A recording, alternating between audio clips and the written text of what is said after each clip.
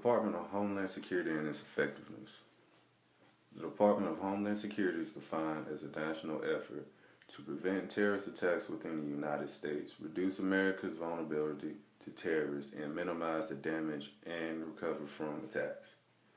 This department was created by George W. Bush as a result of the terrorist attacks that occurred on 9/11. Although the department was not well thought out, President Bush still decided to cram 22 agencies together, including the Secret Service, United States Coast Guard, and Border Control. In theory, if every agency does their assigned role, the United States should be well protected. As a result, this brings up many questions about the Department of Homeland Security as a whole. How effective is the Department of Homeland Security? Has the Department of Homeland Security made any progress? Is America well protected and prepared to handle terrorist threats? And does America's funding affect Homeland Security? This leads to the methodology that I use for my proposal. I decided to use the mixed methods approach, which combines both the quantitative and qualitative approach together. The qualitative approach is based more on narrative, therefore specific participants would be surveyed. The quantitative approach is based on statistical analysis, collecting graphs and charts to compare funding to natural disasters and terrorist attacks. The comparison should show a positive correlation, negative correlation, or no correlation at all.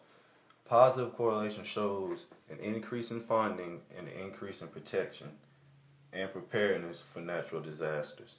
Negative correlation shows an increase in funding and a decrease in protection and preparedness for natural disasters. And no correlation will show no change in protection and preparation. In order to come to a conclusion, one must compare both the surveys and the correlations that were found in the research. During research, there were many points of emphasis that were discovered. One was the Department of Homeland Security being notorious for pork barrel spending. Pork barrel spending is one of many ways that informs Americans where their taxes are being used for. That occurs when representatives get together to discuss spending on projects. As a result, each agency votes for their own agency instead of the department as a whole.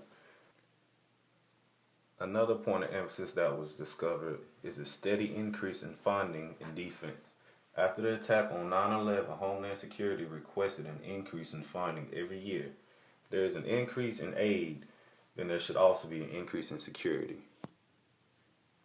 With security being the main objective, it brings up the question is America winning the war on terror? Which is a difficult question to answer since America has many different enemies. Where America might be beating one terrorist attack, they might be losing to another. In order to accomplish that, America must be prepared on all levels of defense. In order to be prepared on all levels of defense, Homeland Security must have perfect coordination. In order to have perfect coordination, they must communicate with one another. Communication is not valuable because each agency does not have a clear objective. Instead, 2 agencies or 3 agencies will be handling the same problem instead of each agency handling a different problem, which would be more effective overall. Which leads to the question, has Homeland Security been wasting money? Overall, Homeland Security has been wasting money because if Homeland Security has issues in their coordination and their communication, they cannot best protect the United States and its citizens from all threats inside and outside of the United States. Are the American citizens paying for false protection? Who's making the major decisions in the Department of Homeland Security? And what information are they basing their decisions on? Does the party affiliation of a state's elected officials drive the Department of Homeland Security's funding? According to the research, Americans are paying for an exaggerated sense of protection. America is attempting to improve security, but there are still too many issues with the decision-making process in the department.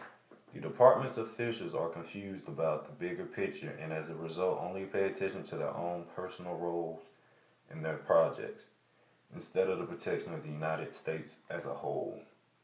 With this confusion, it is easy to focus on defense over offense in the protection of American citizens, but offense is also a form of defense. When America loses focus on the main objective, it drops both offense and defense, which leaves America open to attacks and ultimately on the losing side of the war on terrorism.